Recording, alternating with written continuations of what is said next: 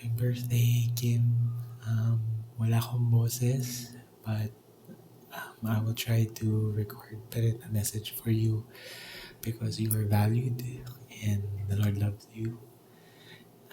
Yeah. Wala, I'm sure baka mamaya nagtatampo ka kasi walang video messages na dumating ng birthday mo. But eto na. Ito na. Sana sana makumpile ko silang lahat ng tama.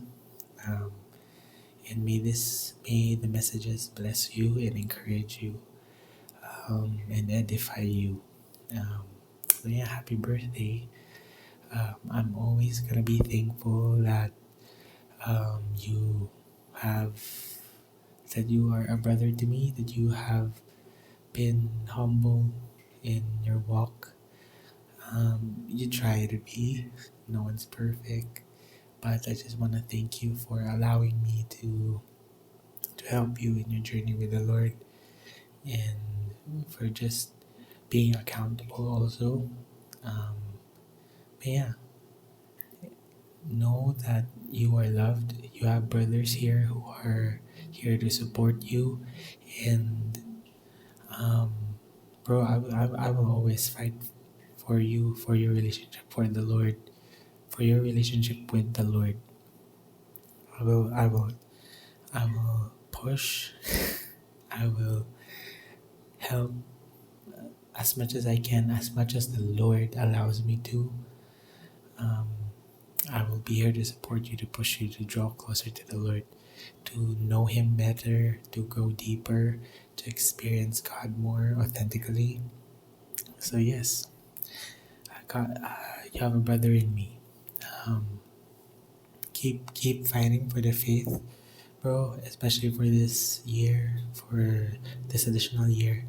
Huwag ka masyadong social media. Huwag ka masyadong kukuha ng spiritual feeding mo sa social media. You go to the Word.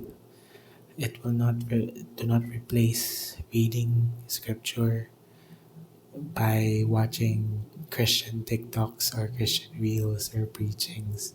You have to read your Bible also. It is important. It is imperative to your growth. Okay? So read your Bible, pray, and don't just get secondhand information from scripture, from reels or preachings. Okay? That's it. Happy birthday. Bro, akala ko alam ko na yung name mo, pero hindi pa pala. Una kitang nakilala, Kim. Tapos narinig ko, Bonel. So, sino yung Bonel? Tapos, kanina lang, nalaman ko na spelling pala ng Bonel, B-U-N-E-L. Akala ko B-O-N-E-L. Anyway, akala ko alam ko, hindi pa pala. Happy birthday, bro. Sobrang nakakatuwa yung presence mo, and sa sobrang mong chill, parang ako nare-relax ako. And yung smile mo, bro, I honestly like your smile. Parang contagious siya para sa akin. Kapag when I see you smile, parang ako napapangiti rin. And I'm just blessed by your wisdom, bro, and yung growth mo. I pray that this year, makikita mo yung God lighting the way for you sa career mo and relationships mo. And I pray na you'll experience God's love and joy every day. Even if feeling mo parang, even if may pinagdadaanan ka, parang you'll be able to walk on water. And lastly, bro, I'm praying for breakthroughs in the things na sa tingin mong imposible. And God is there for you, brother. Happy birthday, Bonel.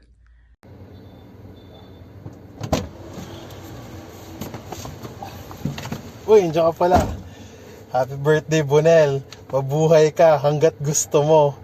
Ang favorite memory ko kay Bonel ay yung nag-bonding kami sa KFC. That was the moment that nagbukas kami ng puso sa isa't isa. I knew him better. I knew him kung paano yung heart niya, paano gumalaw si Lord sa buhay niya.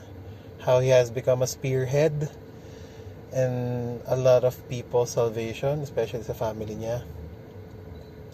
And I know that his life will be a living testimony on how good our God is. Jesus is. Bonel is a type of person that he will never leave you behind. He will stick with you through thick and thin. And siya yung second na brother ko sa church that I treated and I felt like I was a brother to him. And hindi ko makakalimutan yung mga una nating mga VG na wherein hindi pa kita kalala, hindi mo pa ako kalala, but I know God was speaking to us na that's your brother. That's your brother for life. My word of encouragement to you, brother, is rejoice always. Rejoice sa goodness ni Lord. I forgot, pero Philippians 4:4, rejoice at all times in Him. Because only He, Jesus, is the one who's going to give us joy. I know that you have been through a lot during this season, but I know that God has shown you how good He is to you. And I pray all blessings and anointing upon your brother. I love your brother. Happy birthday again. God bless. So yun, happy birthday Kuya Bonel. Mabuhay ka marami. Mabuhay ka hanggat gusto mo, boss. My favorite memories with you is nung nasa Studio 300 tayo. Yun yung, hindi naman unang interaction, but doon kita nakausap ng medyo matagal. And doon ko na feel yung pagka-warm and hindi ka intimidating kausapin, hindi pa ako yung basta ganun, alam mo na. And my encouragement for you is keep fighting for the relationship with God, or keep fighting yung yung relationship mo kay God. Fight mo lang and keep walking with God, kay Lord God. And yeah, kapag may mga time na nahirapan ka, nandito lang naman kami, kuya. Nandito ako, chat mo ako. Pwede mo ako usapin, pwede tayo mag-banding. Andun rin sila kuya, yan. So, happy birthday again. Mabuhay ka ulit na marami, boss. Hi, Bonel! Happy birthday. Yan. So, greatest talaga. Yung memory or something na hindi ko makalimutan, and I really appreciate it din is nung sa birthday ko. Na may niregalo ka sa akin na nung nasa Elorde pa tayo nung nagsa-Sunday service. And ito siya. So yung collection of personal prayers for any time of the day. Yan. Huwag lang nag-endorse ng product mo. No. Yeah. I'm really thankful din sa na binigay sa akin. And nakalagay siya dun sa work desk ko. So whenever I need sabi nga any time of the day. So sometimes I do pick up one of the cards din here and pray to the Lord din. And also just a word of encouragement for you din. Since we are talking about collection of personal prayers here, can remember yung sa 1 Thessalonians 5, I think that's 16 to 18. So it says, rejoice always, pray unceasingly, and give thanks in all circumstances, for this is the will of God in Christ Jesus for you. So yeah, nag-memory verse, pero really that's my encouragement for you na always thank in all circumstances. And nakakatuwa nga din na yung birthday gift na for sure that the Lord has given you, na grabe sa Lord sa life mo, is yun nga, nakapag-graduate ka sa school, na maging engineer ka na rin soon. Yeah, let's go. Na I'm just praying and supporting sa sa magiging career mo, and to be fruitful din in wherever the Lord is planting you. So, ayan, welcome to the career life, I guess. Yun na. Para hindi ko na kung ano sabihin ko, ayoko na din kasi diba? Kaya ilang beses na ako nag-take nito. Charot. Hindi naman 6 times, pero yeah. Sige. Ayun, happy birthday bro, and God bless you. It's ulit. And yeah, kung makapagsayaw man tayo. Whatever. Joke lang. Yeah, happy birthday bro. Hi broski, belated happy birthday. Always looking forward to more worship nights with you. I hope na makapag-banding pa tayo para madagdagan yung mga memories natin. And yun, keep trusting in Him because the Lord is faithful to carry you through every season. Just like His promise in Joshua 1 verse 9, be strong and courageous. Do not be afraid. Do not be discouraged, for the Lord your God is with you wherever you go. So yeah, happy birthday! Happy birthday po Kuya Bonel. Nandito pa ako sa school. So, ayun. So, one thing favorite or memories ko is ang galing mo talaga mag-badminton.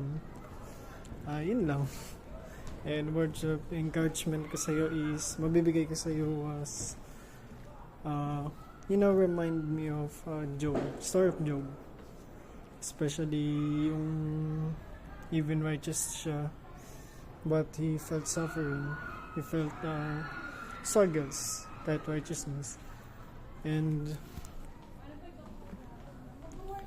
remember,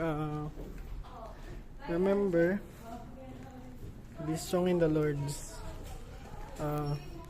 especially when times na in your weakness, you will be strong.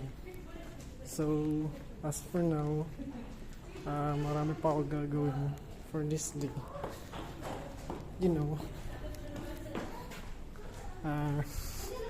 Niwasan ko lang yung but anyways, be strong in the Lord and kay din,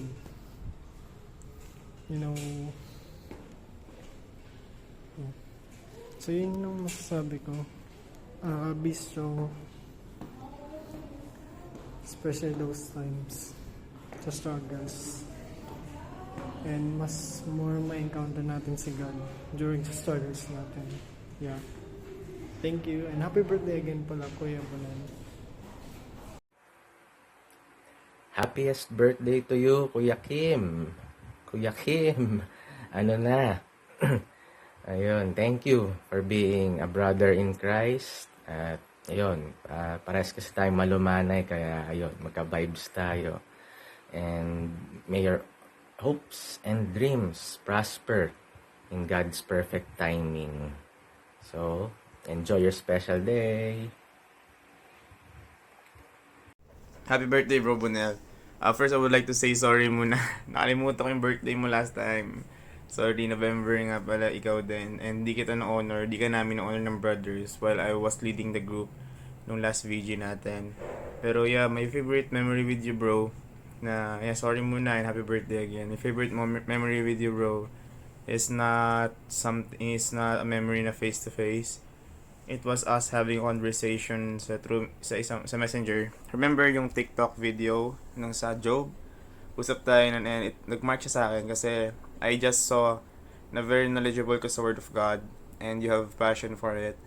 And I pray lang and I would like to encourage you to draw deeper kay God, and na magkaroon ka nga that you'd fight more for intimacy with Him.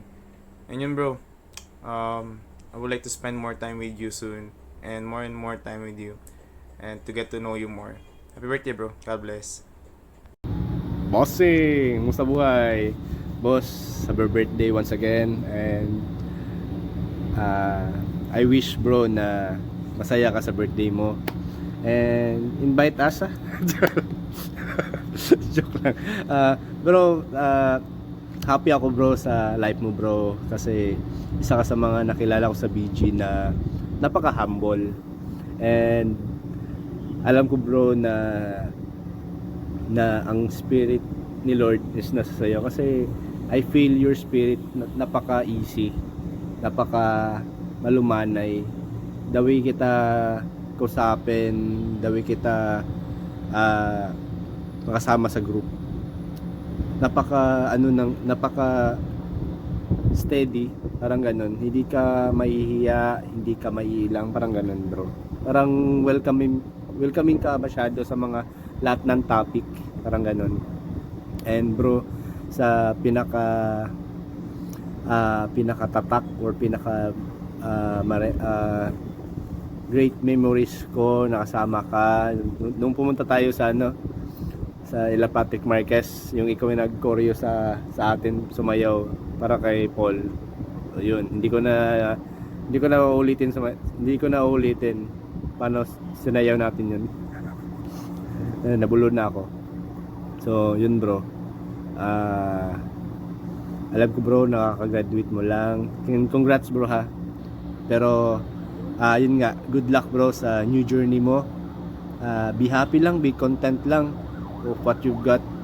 And I know Kim, na the Lord will provide all your needs, and even further, just to know Him lang. And yun nga, yun yung ano ko sa'yo, yung encouragement, and parang paalala ko lang na having a new journey is great, but having a journey with the Lord is greater, parang ganon. Kasi yun nga, nabubuhay tayo with God. Hindi tayo kagaya noon na ang iniisip lang natin yung pansarili lang natin, or parang pride ba, parang kaya ko to, parang ganyan. Pero I know you, boss, na napaka gentle mo, napaka humble mo, yun. And yun, bro, happy birthday, bro. Birthday, Kim. Fave memory ko sa'yo is madami pero siguro lang, pagpipili ako ng isa is yung first time na nag-meet tayo sa UPS 5 sa bahay nila Kuya Elijah, kasi syempre yun yung unang meet natin, and yun yung simula ng madaming memories na between sa atin, and parang din siya, will ni God na mag-meet tayo. And if you look back from there to here, ang daming nangyari na nag-develop sa relationship natin with the Lord and sa atin din as brothers. So I'm very grateful for that kay Lord na nag-meet tayo. And words of encouragement ko would be to walk by faith and not by sight. Keep trusting the Lord sa mangyayari sa buhay mo.